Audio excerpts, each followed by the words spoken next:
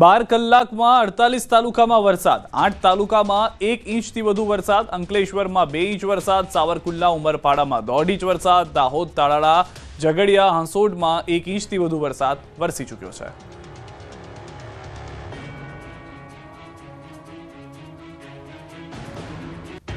Pre monsoon એક્ટિવિટીના વરસાદમાં જ સુરત ડૂબ્યું, સવારમાં લોકો ફસાયા. સવારમાં સુરતમાં આવ્યું પૂર, અનેક વિસ્તારમાં જળબંબાકારની સ્થિતિ, અનેક વાહન ચાલકો ફસાયા. સુરત મહાનગરપાલિકાની પ્રી મોન્સૂન એક્ટિવિટીમાં જ પ્રી મોન્સૂન પ્લાનની પોલ ખુલી ગઈ. વહેલી સવારથી વરસાદની પધરામણી થઈ. ધોધમાર વરસાદ પડતા અનેક વિસ્તારમાં જળબંબાકારની સ્થિતિ સર્જાઈ. સુરતના જહાંગીરપુરાના દ્રશ્યો જોઈ લો.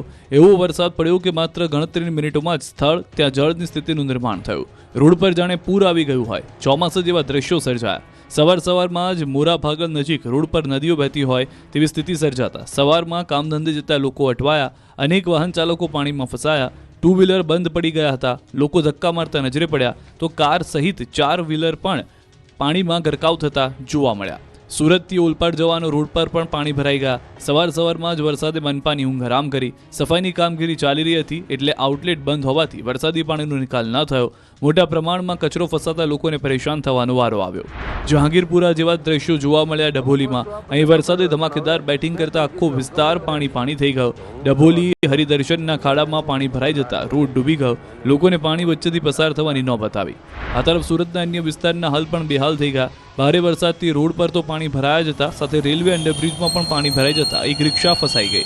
બ્રિજમાં એટલું પાણી ભરાઈ ગયું કે રિક્ષા ચાલકે હિંમત તો કરી પણ રિક્ષા નીકળી ન શકી અને ફસાઈ ગઈ, જેને લઈને અન્ય વાહન ચાલકોએ યુ ટર્ન મારી લીધો, અન્ય રસ્તો પકડી લીધો હતો.